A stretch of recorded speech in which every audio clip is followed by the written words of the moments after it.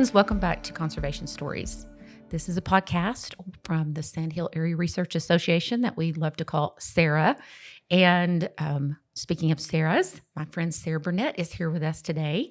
And Sarah is the person who introduced me to my word of the year in 2021, which was microbes.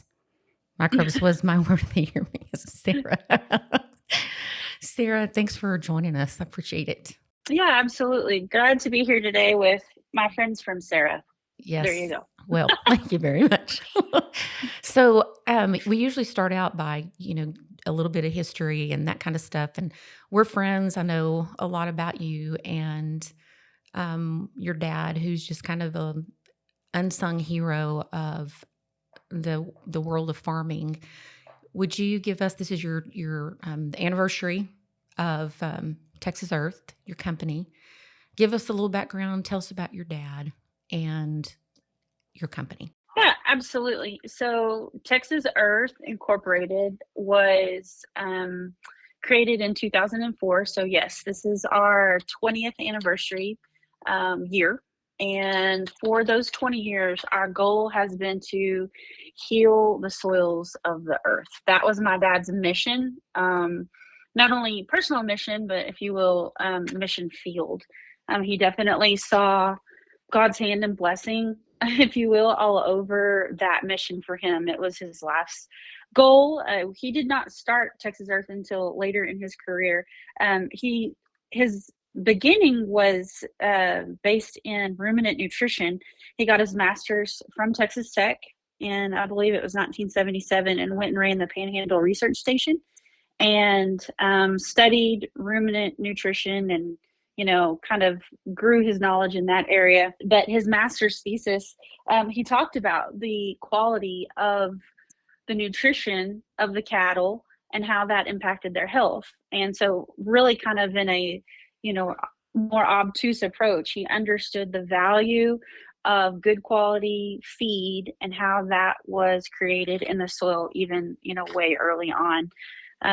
Obviously, regenerative, quote unquote, agriculture is a buzzword for lots of people, and it's becoming more and more common. But I like to say that, my dad was ahead of the curve. He was on the pioneering side of soil health and what it meant to regenerate microbes in the soil. Mm-hmm. So mm-hmm. Yeah. Texas Earth started in Brownfield in those early years in 2004, and then we moved to the Idlewild Highway in November, December of 2016.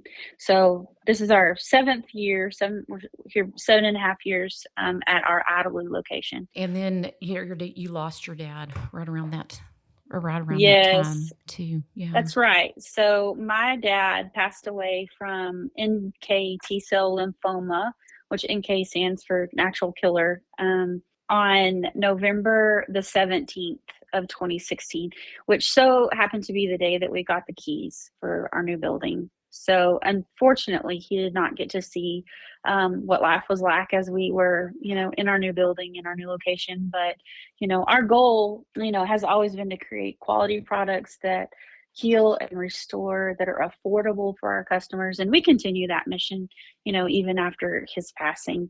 We sure wish he was here. And lots of people know him that may be listening to this podcast today. Mm-hmm. So yeah, Jim Burnett. It's hard to miss that tall, skinny, handsome cowboy, right? Yes. We love and remember him. Did you know that he was the Marlboro Man? No, I did not know that. Yes. No way. True story. Mm-hmm. I did not know that. Yeah. So after college, and before he, kind of went on to his, I guess it was after his undergraduate, he went to Germany and drove the stagecoach from Marlboro and sold cigarettes. No way. Oh my gosh. Yes. Wow. Super fun. So not everybody can say that their dad was the Marlboro Man, No, but yeah. No. True story. That is really fun. That's awesome. That well, is kind of a fun tidbit. That product that your dad started, let's talk about that for just a minute. Like that is like, it's a big deal now. Everybody's starting to make these biological, products. And I remember our friend, I have a friend, Mary Lucero, from New Mexico, and the way she found you was searching for what's the best one. And she's a microbial scientist, brilliant, brilliant, and she found you. And because she was on a search to find what's the best, really effective microbial soil amendment, and the changes they're seeing there in New Mexico from using that is pretty phenomenal. So tell us about that product. Sure. Our flagship product is Bio Nectar, and it's a liquid in a liquid form. So it is beneficial organisms combined with microbial food sources and soil supporting products that is completely water soluble. It can go and drip through your pivot. It can be a foliar spray, and it is designed to enhance and activate microbes in the rhizosphere of the root zone. So things like uh, earthworm castings, molasses, kelp, microbes, that's what you're going to find in this product. And the difference in what we make here locally in Idalou versus a lot of maybe the competitors in the market is that our microbes are absolutely alive. This is not a shelf stable product that you can put on a shelf and revisit 3, 4, 5 years later. We make it fresh. It has a shelf life of approximately 40 days. That's how we're able to ship it all over the United States to our distributors, and then they, apply it to their customers' ground or sell it direct or however it goes. But these are both aerobic, so with oxygen, anaerobic without oxygen, and then facultative microbes. That means they can live in oxygenated or non-oxygenated environments. So it's very diverse. Also, it has both bacterial and fungal strains, which is another huge benefit to a liquid microbial product. So some people call this compost tea, right? But you can put us in that category too, but ours is much more technical. We have genus species analysis. We know how they behave. We know the length that they will last. A lot of folks may make their own microbial tea, which is great, but it's only going to last a day or two on average. So, if you want a little more dependable and longer lasting and diversified product, we definitely can check all of those boxes. Yeah. And I know one of the things that I've learned from you is just I've had no understanding of the importance, or even that, I knew that there was like little biological critters or something in the soil, but had no clue like how many. And I maybe Right. that is something too that we are just now kind of really embracing and accepting and investigating, because I know like in the last couple of years A&M has changed their soil science textbooks to include this type of education on Right. microbial life, so which tells me that we may have like this whole slew of people that have come out of there, and not just there but other areas that are maybe unfamiliar or skeptical even of the importance of microbiology in the soil. So for me, think to yourself, I'm explaining this to Tillery on a 3rd grade level.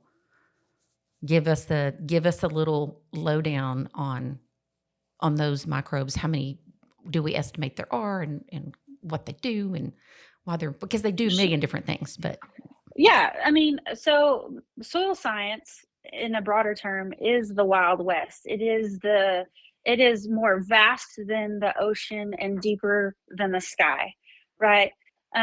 We have only understand a tiny fraction of what fungi, what bacteria do in the soil, what the roles are. I mean, if you did a search for soil supporting microbes or soil supporting fungi, they have maybe named some, but they have no idea what they do in a greater scale. So we really can only focus or, contribute a small fraction of what we have in our product to actually what their role is. So you want soil supporting microbes, right? And so here's some facts, right? It takes 500 years to naturally accumulate 1 inch of topsoil. Sounds like our water. Yeah, exactly. 500 years to naturally accumulate. And in 1 tablespoon, or maybe even teaspoon, I don't think it really matters at this level, you're going to find more microbial strains, individual microbial strains, than there are people on Earth. Oh my goodness. Over 8 billion, right? One spoonful. And so that really helps to sort of paint a picture of the depth and breadth of what it is that we're trying to approach or learn about or enhance, right? So, I mean, it's God created, Uncharted yeah, territory. yeah. We cannot even begin to understand the creation and levels of what it took to get here, right? But what we have to do is be a good steward of what is there, even if we don't understand it. And so being a good steward means cultivating it, right? And I'm not talking about cultivating with a plow. I'm talking about giving the microbes things they need to survive. And there's three things, and I've already mentioned them: water, air, and food.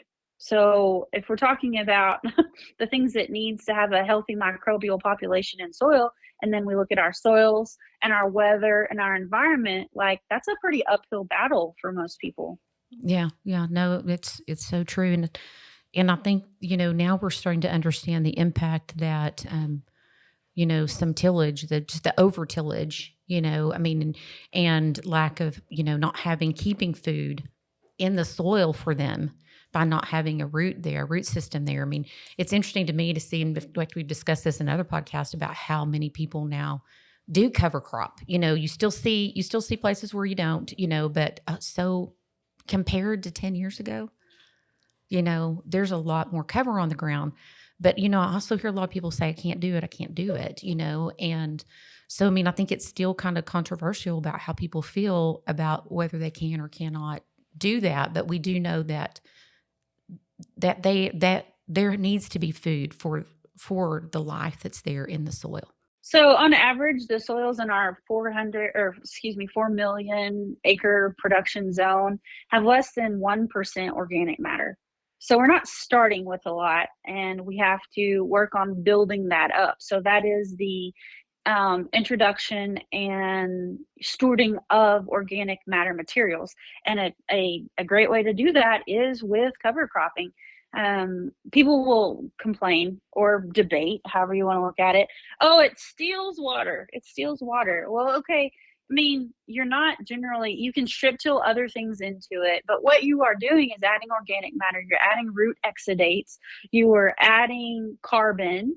You are reducing the dirt blowing. You are keeping the soil temperature lowered, right, with cover crops. So even if it might still a bit, how do you even quantify it, really? I mean, I guess you can. The benefits far outweigh the risk when it comes to using a cover crop. And cover crops are good for other folks that want to incorporate grazing into their programs. And it's definitely has other benefits beyond just it seems wasteful to some people, which I don't even understand, because they haven't really stopped to weigh. I mean, a bag of seed, a cover crop mixture right now on my little piddly 30 acres out here, I have wheat, rye, and a triticale blend. That, what is it doing? It's benefiting from the recent rains. It's keeping my neighbors happy because it's suppressing weeds. It's suppressing the dirt blowing. And what I'm going to do at Texas Earth is I'm fixing to install dryland cotton strip trowels. So I'm going to come in here and I'm going to make sure that I'm not going to disturb the ground around my strip tiles so that it doesn't blow, and that I can continue to enhance and restore the soil that isn't currently, quote unquote, in use. Mm-hmm. Right? Right.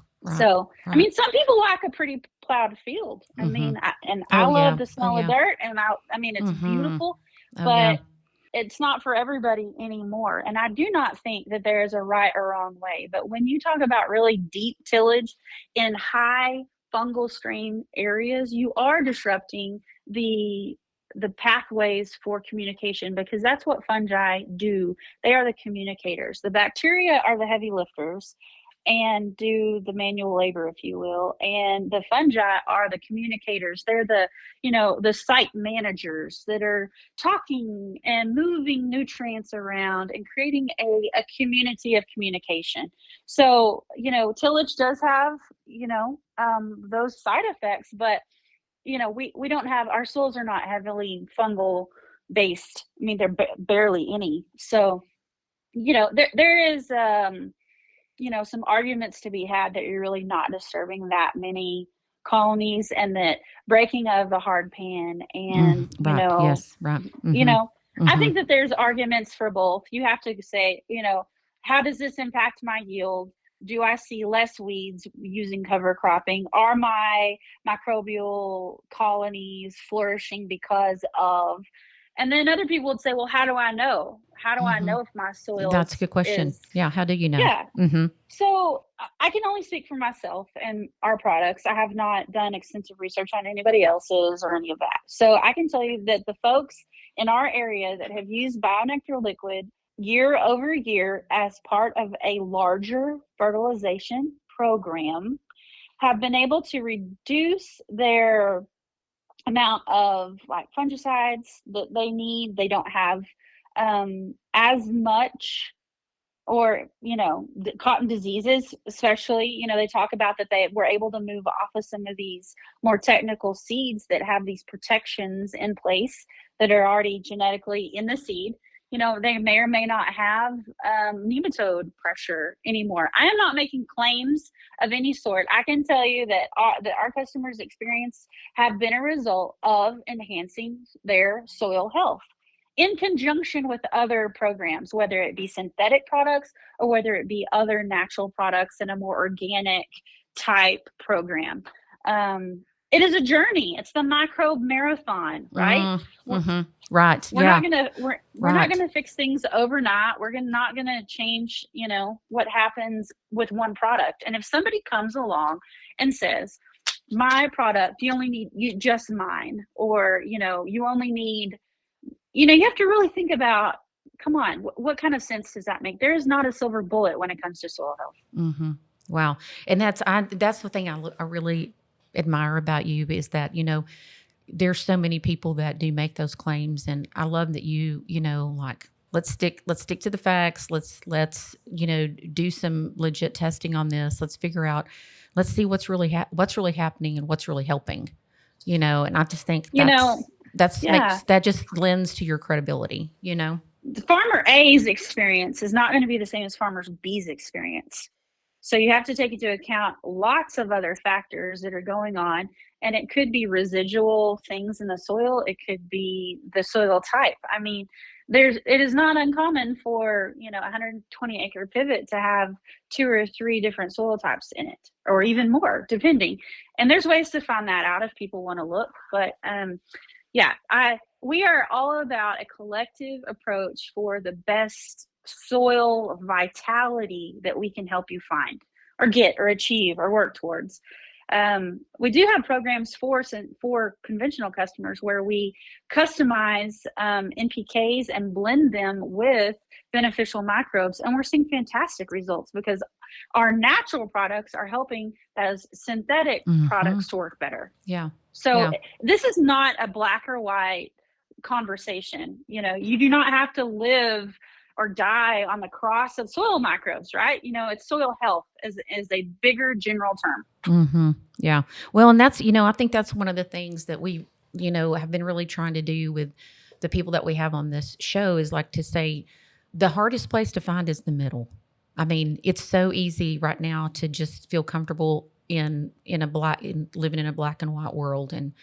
But really the hardest place to find is the middle. And that's usually right kind of where the truth is, and Absolutely. Yeah. and so, Correct. that's why like we recently had, Jeremy and Kyle and Lacey on the podcast doing a roundtable because we wanted to show 3 people, 3 producers doing things 3 different ways who respect each other, and are finding, success and failure and working and reaching their goals or sometimes missing the mark, all three of them, but they're pioneering and working and trying to really think wisely about their own, managing their own production system, and how these different approaches can be good, beneficial for them or not, but they're not holding someone else, um, you know, hostage to their own ideas, and they're passionate about their own ideas, like what they believe, and that's, it's great. It's great, but it doesn't mean you can't respect other people, and what they're doing, and the things that they're finding success with. And so the last thing we want to do is, make people think, well, here's the one solution, and this is going to fix it all. Because you're right. There's not a silver bullet for, soil health, but there's not a silver bullet for the water situation that we're in. Every problem we have is complex, and that it takes complex solutions, and people that aren't afraid of that complexity. Yeah, I dare to say that someone who comes to you and says it's my way or the highway probably has a sales quota to meet. Yeah, right. So Yeah, be wary of that, because you're exactly right. There are 100 ways to skin a cat.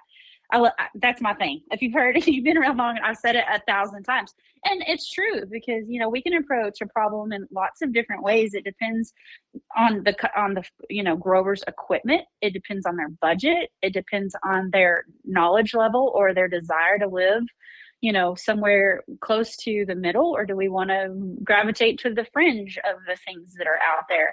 So there are absolutely 1,000 great ways to do things, but you have to educate yourself about what your options are, or find people that you trust that can help you to navigate the journey of soil health.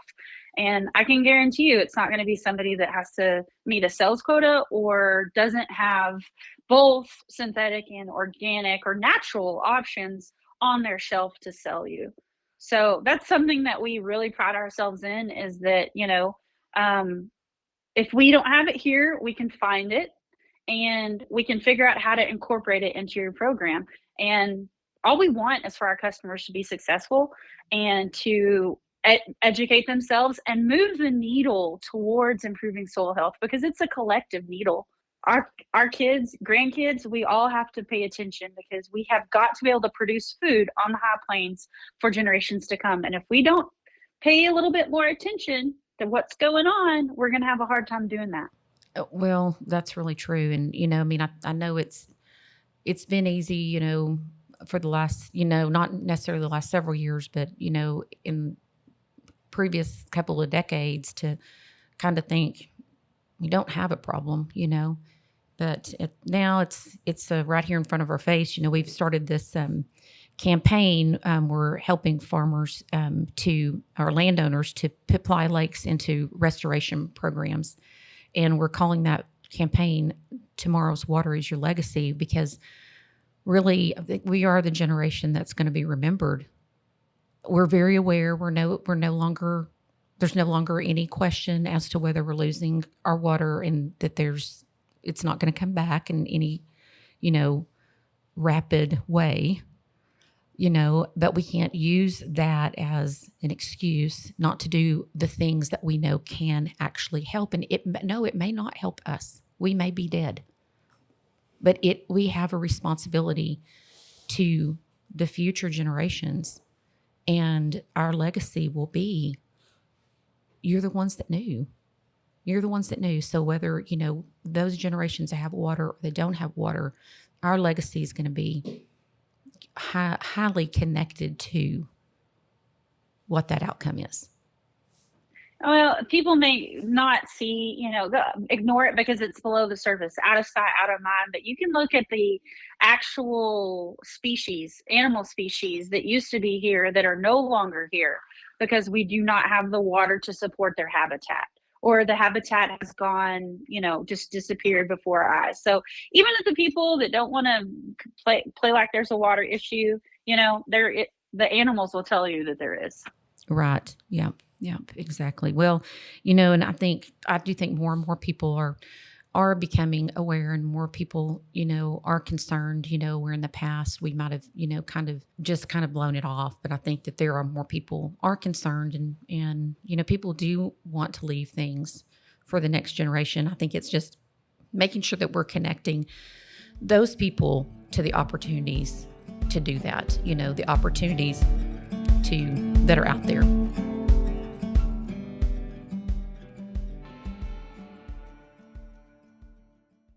Hello friends, this is Tillery Timmons Sims. I want to take a moment to talk to you about an initiative that we are collaborating on with Milestone Environmental Services.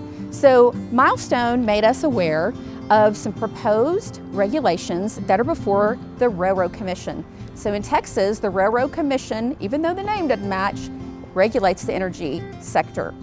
And our laws, our regulations for energy waste have not been updated since the 1980s. So it's time for some common sense improvements in those regulations, and those are right now waiting for you to go and comment on. So in order to protect our soil and our groundwater, this is really important.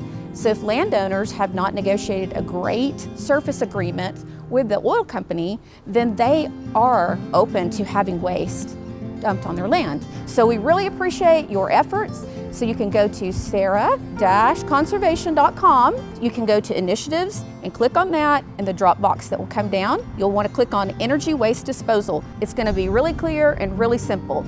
Thanks for your time, friends. Appreciate it. Bye. Yeah, education is the number one key to change and to success, so organizations like the Water College, TAWC, and things out there that can help people to connect the dots on what we have and how can we steward it. I mean, I think most people probably in Lubbock, Texas don't really realize that their water comes from north of Amarillo. Right. Roberts County, County, if I'm not mistaken, right? So Correct. That's where my mom grew up. And it was only the only county in Texas that has one city in the whole entire county. It's the county seat. It's primarily ranch land, and their water is pristine and clear and wonderful, but it will run out too. I had a conversation the other day with some folks from a big corporate entity, and they were talking about that they anticipated desalination plants and the oil pipeline taking over water supplies, pumping seawater all the way from Houston to our area. I mean, they talked about it like it was tomorrow's news almost. And I thought to myself, please let somebody stop that from happening. Like, let's not let that be our reality. But in order for that to happen, we have to create better stewardship practices, and cover cropping is one of those. Negating runoff. I mean, there's lots of things. Apply lakes are super important to that. Also into the animal, aspect of conservation, and education is just so important, and it has to land on the right ears, and people who are, out there making decisions for thousands of acres of land at any given time. Exactly. And how do you, I know when we have been in Kansas and, seeing what they're doing with their water situation there. And of course the laws are different there, but they're finding, 25% reduction in irrigation, equals, and then 35% increase in water, and so I think there's some things, but they're also helping farmers to figure out how do we offset this, economically for them, because we have to have water, but especially in rural Kansas, if we don't have ag, why bother with water? Because no one will live here anymore. Because that's it. Well, tying it back to soil health, what do microbes in the soil do? They have better nutrient utilization. They help break down organic matter into more pure forms of carbon, right? So we have to consider that carbon to nitrogen ratio. Microbes help to convert atmospheric nitrogen to plant usable nitrogen, which equates to people adding less synthetic nitrogen, yes, right? Mm-hmm. It promotes disease control. Microbes as a whole. Reduces compaction, right? So these nasty, hard, you can't even put a penetrometer through some of the ground around here. And it improves water utilization by improving the porosity. So, if you have more, think about the soil having cathedrals in between the clay colloids, right? So we're creating little spaces in the soil for microbes to live and for water to be stored and for earthworms to help, navigate. And like it's a circular system. So microbes are just not some cool trend, right? They are imperative to success. And people don't understand these microscopic things can make such an impact, but they absolutely can. And if we're extending the aerobic zone in the soil, we're extending the amount of feet of matter that can be farmed and cultivated and be drawn from. And all of that equals improved yields for the grower. This is not something that is a feel good. It has a consequence, right? So think about soil health and the action of soil health as putting money into a savings account, where traditional practices, perhaps where you're not doing any restoration or just swiping a debit card on that same checking account, right? So adding soil amendments and microbes and things that are putting something back into your account is an investment that you will capitalize on. Yeah, that's a real good way to think about that. Like you cannot continue to draw from that account over and over and over again without making some deposits. Yeah, who wants to be overdrawn? Yeah. I certainly don't. Right. But you have to be a good manager to not be overdrawn, and you have to make some deposits. I mean, if people want to say, well, it's just, it's all about the dollar figures for farmers. Well, that is a major part. So if we want to approach it as hey, dollars and cents here, it's worth. And it is worth making some deposits into the Yes. Well, and interesting though, know that I'm trying to remember who it was that released the survey not long ago, and that was the number 2 reason, that farmers implement the practices that they do is economics, and number 1 is social pressure. Oh yeah. And if my neighbor's not doing it, I'm not doing it. If my neighbor is doing it, then I want to try it. I mean, it's this peer relationship that go on.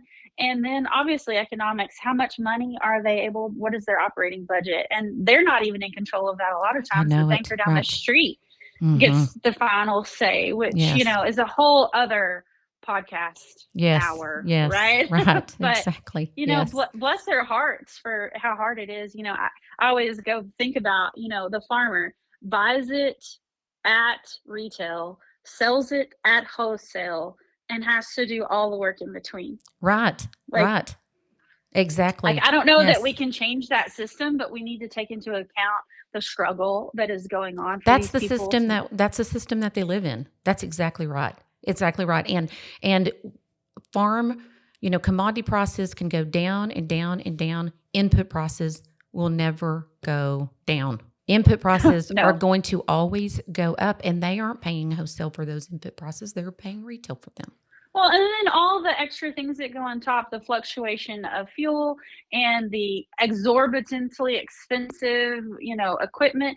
Like yesterday, I was having a conversation about crop insurance. If I wanted to if there was and I don't know all the correct words and acronyms, but basically if there was any county payouts on my historical cotton acres, I had to buy insurance even if I didn't want to plant a crop. Like I have dryland cotton, I'm doing strip trials. So in order for me to be part of the system, I had to pay into the insurance company to be part of the system. I was like, no, it's just extra costs that, you're gambling every day. But one thing that is not a gamble is soil health. That will pay back every time. Yeah.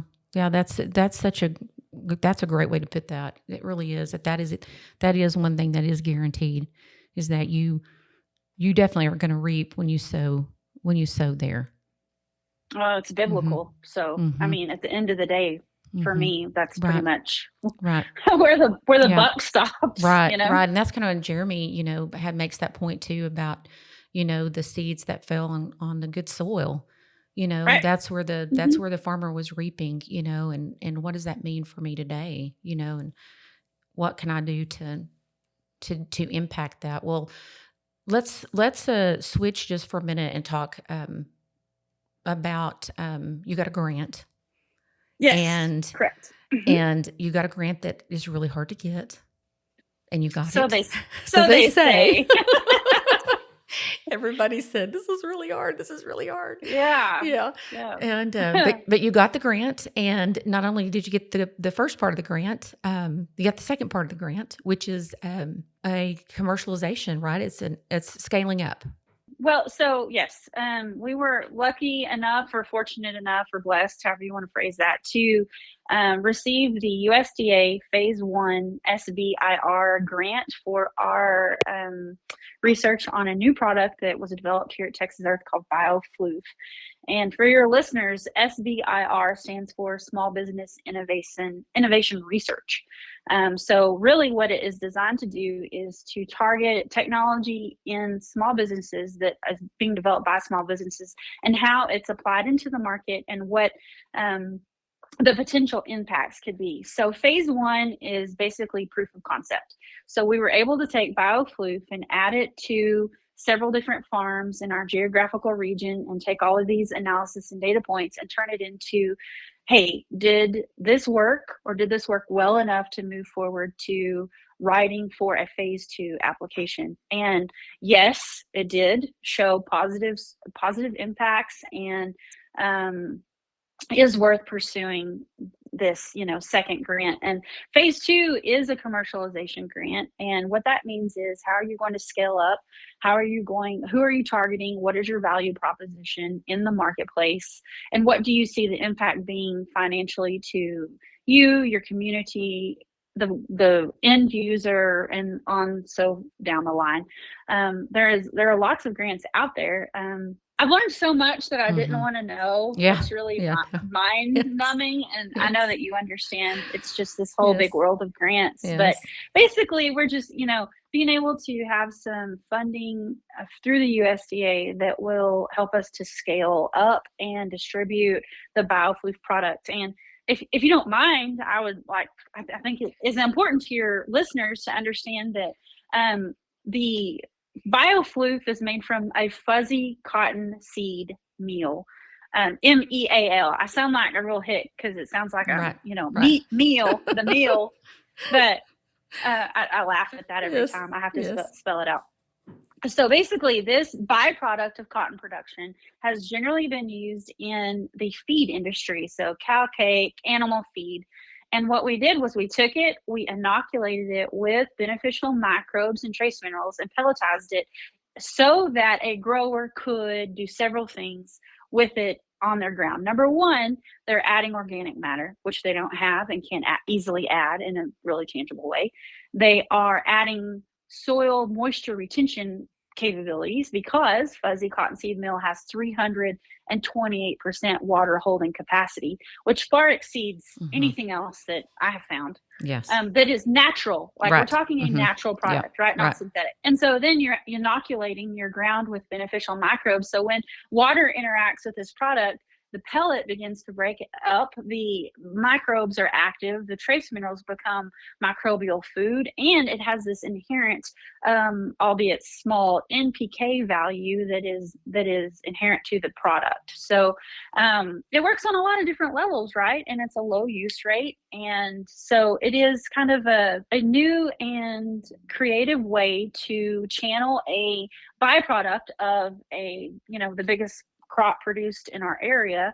And it just is it's a neat idea to pursue. We've actually had quite a lot of interest in the nursery and landscape market, and globally, peat moss, which would be kind of the closest product that you could compare it to, is being outlawed, the bogging of peat moss in already Wales, Britain, Scotland, Canada is even, and it's this UN global climate protection plan that is happening as we speak, where they want these countries to reduce their global carbon footprint by 2030. So pretty soon you are not going to have access to things that are non-renewable. Peat moss is non-renewable. So to create a product that is a really a new product that is a byproduct of cotton production on the high plains was a win for everyone in every way and on every level. And so I'm excited about it. We have it in right now currently in soil amendment mixes that we've been selling to our retail customers through our growtexasearth.com line. And then eventually I would like to see BioFloof integrated into peat moss based blends on a higher or a larger manufacturing scale for other people like say Scott's or, Miracle Grow or these other folks that have these soil blends that they sell and package that go into like box stores. So we're small, right? Texas Earth is small, but we can have a large impact if we have something that we can commercialize through this program. So we're very excited and thankful for the opportunity. But we won't get that grant. Hopefully, I mean, it's a next year thing. So we're working hard to write that proposal. Yeah. Well, and you really kind of all started out at the hub at Texas Tech, and that's one thing we just had a conversation with Taylor McAlpine about his experience out there at the hub, and you also began out there at the Texas Tech hub. It's an entrepreneurial a place for people like you to kind of get connected with funders and to really accelerate your potential. Yes, Taylor was also in my cohort. And so I got to see his journey and his idea grow and blossom. And everybody in our cohort has just done fantastic. And it was all because, number one, that you introduced me to Tasha Williams, who is the director of that organization. She invited me to join that cohort with BioFloof, not Texas Earth as a whole, but hey, you have a new product. They had never had a female ag business through the hub before Texas Earth. So it was kind of fun to talk about and have those conversations. And so Nick Bergfeld was one of my mentors, and he's the one that encouraged me to explore what the USDA grant. He said, you'd be a great fit. I had to go, and it to be true, go look up what it even meant. Like, so here we wrote it in 3 weeks and here we are. But yes, the Innovation Hub funded by LEDA, so many thanks to the Lubbock Economic Development Alliance, allows people like me to get support from mentors, both in the academia world and also hands-on in the commercial, more retail side of things to develop products and to assess kind of what legs, quote unquote, they have. And so I'm so incredibly thankful. That was such a wonderful experience. And, it really opened a lot of doors for me at Texas Tech. And I'm thankful for that experience, but more people need to know about it. If you have any questions, reach out to the hub. Does an idea I have fit in one of their programs? Because they have lots of different programs, just from like general basic idea development all the way to kind of where we were, which is we have this tangible thing. What can I do with it? And so that was it was fantastic, and many kudos. They have a wonderful staff, and just thanks to everybody that was involved, because that was a great experience for us as a whole. Yeah. I'm really glad that you were able to do that. And Tasha's, she is a rock star. She's great. She is. She's the great. best. Yep. She is. Well, thank you so much, my friend. And it's been an interesting conversation, and thanks for introducing me to microbes and introducing some people in the audience. And hopefully it will really maybe spur some curiosity and people can learn some more. And I will say, I know that we do have some folks that are more, urban, or people that are having gardens and those kinds of things. And Texas Earth products are available right out there at Idalou. They're easy to go and pick up or have delivered to you. And I can't speak more highly about them and their effectiveness. They're used on golf courses and people's lawns, and they're a really great thing. Yeah. So what's the website? Tell us how that people need to get in contact with you. Yeah, absolutely. So yes, you nailed it on the head. We have no minimums. Every grower, from a backyard gardener all the way to our customer in California who fertilizes all of the leafy greens for Costco. So anybody and everyone in between, matters to us. So we want to help you. We want to customize a plan for you. You can shop our retail size product line at growtexasearth.com. You can come out here and talk to me in person. Our more bulk kind of general information about more farming type topics are found on texasearth.com. And my contact information is there. We have an on-site agronomist, certified agronomist. We offer soil sampling and petiole testing. We can do, lots of different things. So please reach out to us if you just have general questions about soil health or different product options or pathways.